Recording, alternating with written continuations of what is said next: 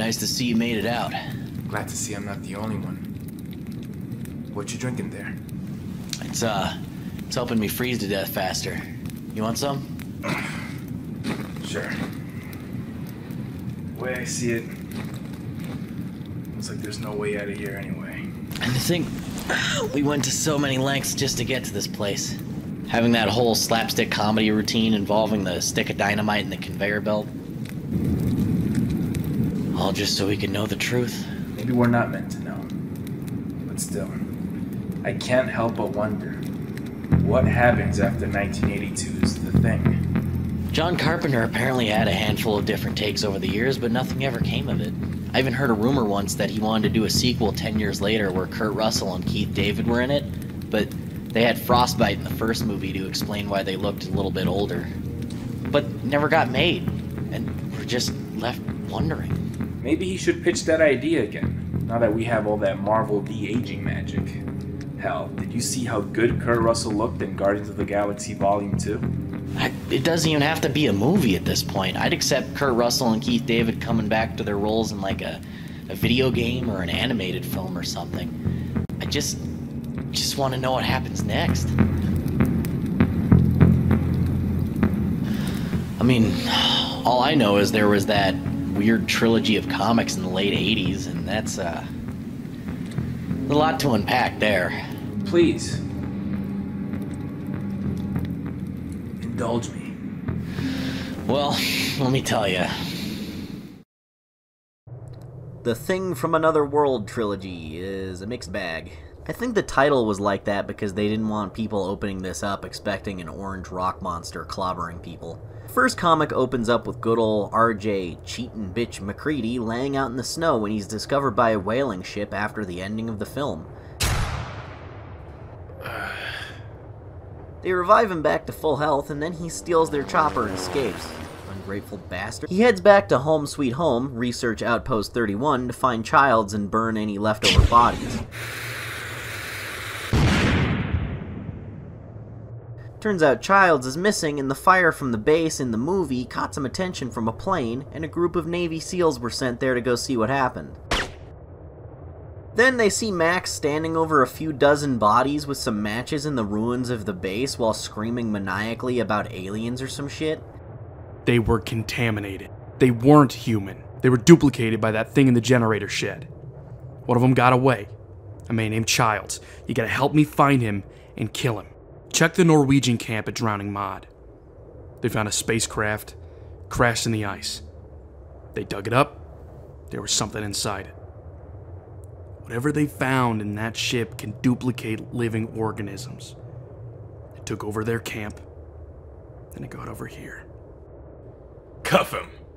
Naturally, they try to arrest his handsome bearded ass. But then one of them touches the body of a thingamajig. Within like 20 seconds, this guy is fully infected, goes rogue, and kills everyone, then blows up the rescue chopper.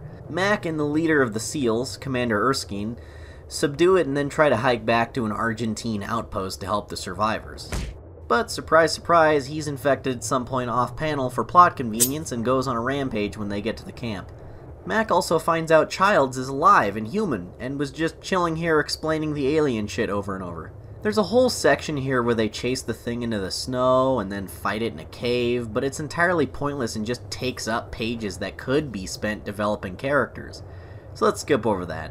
I'd like to pause for a moment to say the art in this comic is generally gorgeous. I love the detailed painted look. The backgrounds, the monster transformations, and the facial expressions all look great when you can see them. Sometimes the art tries to be mysterious and ominous by making characters' faces harder to see in the shadows, or use a single color tone for the whole panel. What this does is make it really hard to tell who's who in the scenes with a lot of characters, and worse, makes the story confusing and hard to keep up with. Imagine watching the movie, but the lighting kept casting harsh black shadows over everyone's faces so you couldn't tell them apart. In a story where keeping track of every character's personality and location is extremely important, this sucks. Ultimately, you never get attached to any of these people turning into the Thing because you don't know a thing about them and can't tell them apart. It's even harder to engage with the story because the Thing keeps transforming every 2 pages and outing itself for another action scene. So it's just a long-winded, weird chase sequence with brief stops for dialogue before running somewhere else. Anyway, the Erskine thing calls a Navy submarine to come pick him up, and he just starts massacring everyone inside as a giant monster with no attempt at subterfuge. The next few pages are insanely confusing because everyone looks the same and the art is as vague as possible about what's going on. The best I can piece together is that Snake Plissken and Spawn follow onto the submarine, then tell some guy what the thing is, then they make a final push to attack it, then I guess Mac gets ejected from the sub somehow, while Childs makes a heroic sacrifice to flood the ship and drown the thing? Maybe? I don't know, the pacing is a train wreck because they tried to fit all this in 2 issues. There's no sense of dread or paranoia because the thing never tries to hide. The plot feels weird and stilted because it just comes down to a list of near identical looking locations that they chase the monster to, only to kill it and find out it already infected another guy, so we gotta just go chase it some other place. The next story has more time to breathe at a cozy 4 issues. The Thing from Another World, Climate of Fear. As dated as the art looks in this one, it's way easier to tell the characters apart, and the monster designs are actually even better than before, so I don't mind the change. This one's the strongest of the trilogy by far. I almost wish we could cut off the other 2 chapters and have this adapted as the canon sequel. MacReady is found after the submarine fiasco and flown out to an Argentine military base in the southernmost point in South America.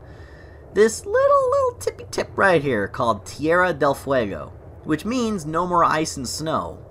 We're in a humid forest now. The Thing manages to swim to the top of the ice and grab one of the evac team just before freezing into hibernation again.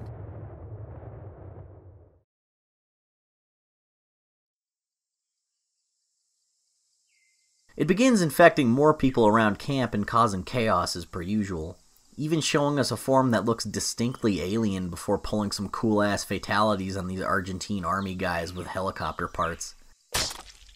Everyone on base is trying to sort out this whole thing, while MacReady just seems like a loose cannon because his methods are simply blow it all up, no survivors. I really appreciate that the Thing no longer reveals itself instantly here, and we're back to having that trouble in terrorist town feeling of everyone accusing each other and feeling unsure who to trust. Eventually, it's revealed that a team of Navy SEALs found Childs and brought him straight back to the same base to find MacReady. It seems a little cheap to bring him back alive and well again, but this story has some stones because it shows he was actually infected and just biding his time to get all these guys too. The new set of characters in the military base try out a few new things that I like to make this feel unique instead of just being, here's the movie again. Like all sitting in one area in a circle and just keeping an eye on each other. Do not worry, Dr. Viale. I know that you're no monster. I can tell. Yes, well, I think we need to act quickly. For instance, why have we not radioed for help? And exposed our rescuers to infection? Even I know better than to suggest such a stupid thing. You would have to be an idiot to even think that. An idiot. Or... One character even points out something I've never thought of before. He says a bloody scalpel or a needle that's been stuck in a few people already would have cells on it that could be used to infect the whole group. So he kind of shuts down the idea of them doing the iconic blood test for a while. Although they do it later anyway because, like, you gotta.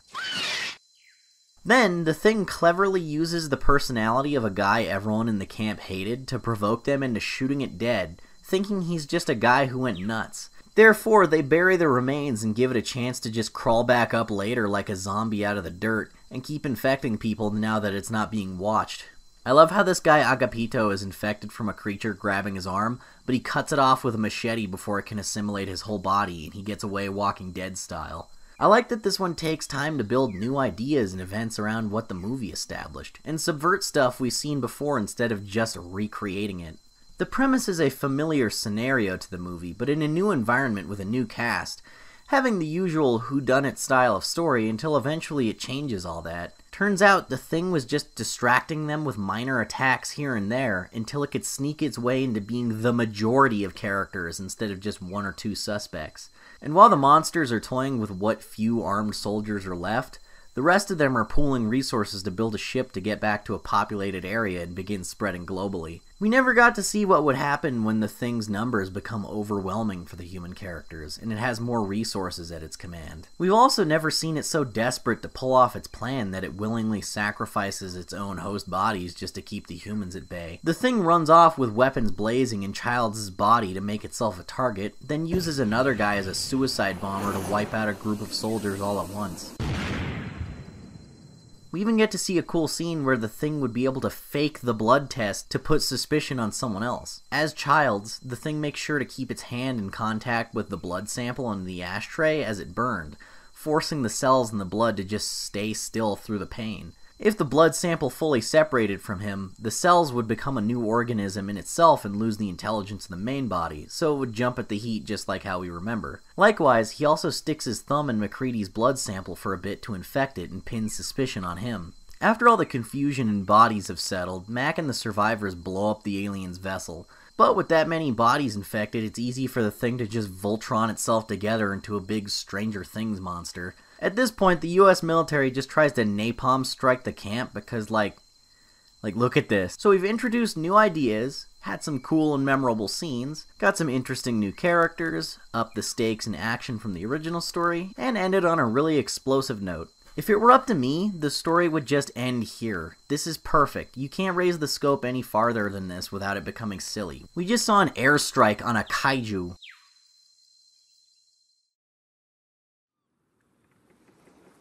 Eternal Vows. This one's a fucking nightmare. So, like, the Thing infected a fish, I guess. It got on a boat full of military guys. Then they go to a small fishing island town in New Zealand, and the Thing does the things like a thing. This time it's played a little bit more like a murder mystery, where this detective guy is just wondering why mangled bodies keep turning up all over town, all melted and whatever. As it turns out, one of the soldiers, a guy named Powell, was infected. He turned into the Thing on the boat, and when he got to this town, fell in love with some Kiwi chick named Jen, infected her through sex, and then the two of them just roam around and absorb bodies to feed instead of letting them become more things. So this already destroys everything mysterious or scary about the monster.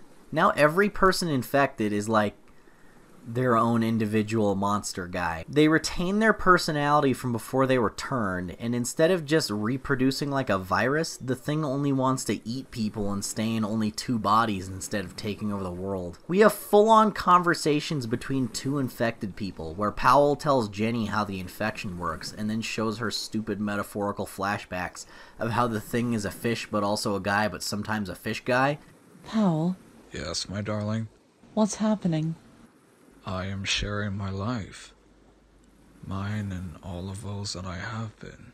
Their cells, their DNA, their memories. I see, my darling. I see. That's you, Powell. Jennifer, please, a little respect for your father. Sorry, Daddy. Darling. Powell. Memories. Feelings. Not. Human. Not. Food. Food. So the Thing is less of this all-consuming hive mind entity and is more like just a vampire. You know, like suck the blood and drain the victim without turning them into another vampire, but you can consciously choose to turn someone if you like them enough. What's weirder is that these two are in love and have, like, sex scenes together even post-infection. So the Thing is, like, having sex with itself. Then Jenny infects her friend Sharon, who then, against her wishes, starts infecting other people, further cementing this awful idea that each one is an individual mind and not just a single alien across multiple bodies. Personifying the Thing is one of the worst ideas I've ever seen from a comic like this. I've never seen something so fundamentally misunderstand the appeal and purpose of a character before. It's like if we had a xenomorph that was actually a good guy and decided to rebel against the Queen so it could be friends with humans. Or like if we saw predators with no weapons running around biting people in broad daylight like a feral dog. Because we can't seem to let go of him and he's the only real character left in this series, MacReady decides of his own volition to come to this town and hunt the Thing after hearing about the string of murders, and then just chases it with the detective like it's a fleeing criminal offender. The Thing is infinitely less gruesome and looks more cartoonish, turning purple and green when it transforms and having squid tentacles and bird claws grow out of it instead of like ribs and intestines. It reminds me of the action figures from that proposed Alien 80s action cartoon for kids, where they come in a variety of fun colors and look more like big toys than scary skeletal sex monsters. Like, this guy grows a blue lobster claw and then tries to sweet-talk this girl into letting him infect her with the Thing disease. Jesus Christ. Anyway, regretting her decision to infect more people, Jenny here decides to torch all the boats to quarantine the things to the island that this town is built on and stop the infection. So now, the monsters are working against their own self-interests for some reason. What the fuck? Jenny escapes on a boat and leaves all the other things on the island to just eat each other, I guess. And also the Thing makes wisecracks now.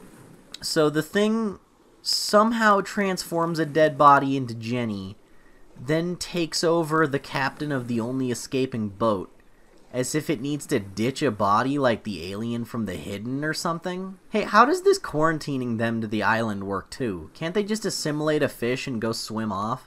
MacReady just leaves the whole island and is like, they'll starve, it's fine. Anyway, the Thing eats the entire crew of the ship in like 45 seconds, and then MacReady blows it up somehow with a flare gun. Except this Thing still remembers how to turn into a fish and escapes for sequel bait after Mac passes out on the beach. But he also passingly says the ones on the island won't know how to do that because they haven't had time to learn? How could he possibly know that? What is this story? This is easily one of the worst comics I've ever read. It makes no sense, it throws out all the rules of the creature and just starts making up a billion new ones that aren't as interesting or creative, and then completely ruins what was unique about the film's monster. I'm certain both the writer and artist didn't understand what the Thing is supposed to act like or look like, and maybe they didn't even see the movie. Like, maybe they just saw some pictures and had the cliff notes explained to them by a friend or something. I'd rather freeze to death in the Antarctic than recommend this book to anyone. All in all, the trilogy is a lot of fluff at the beginning and end. The tone, rules, and lore get all bent out of shape in parts 1 and 3 to just become boring action schlock. But Climate of Fear gets it all right. This middle chapter seriously could have just been the whole sequel in itself because it got everything so perfect. It's a shame that it was held down by the other two.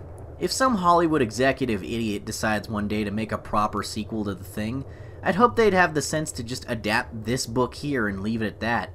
Hell, you could even cast Kurt Russell's son, who looks and sounds just like him.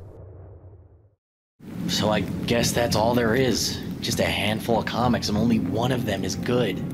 Is that the legacy the movie leaves behind? Is that the only sequel we get? Well, remember how you said you'd take a video game with Russell and David reprising their roles? I got the next best thing. A video game where Keith David is too busy to be in it? I already have so many of those.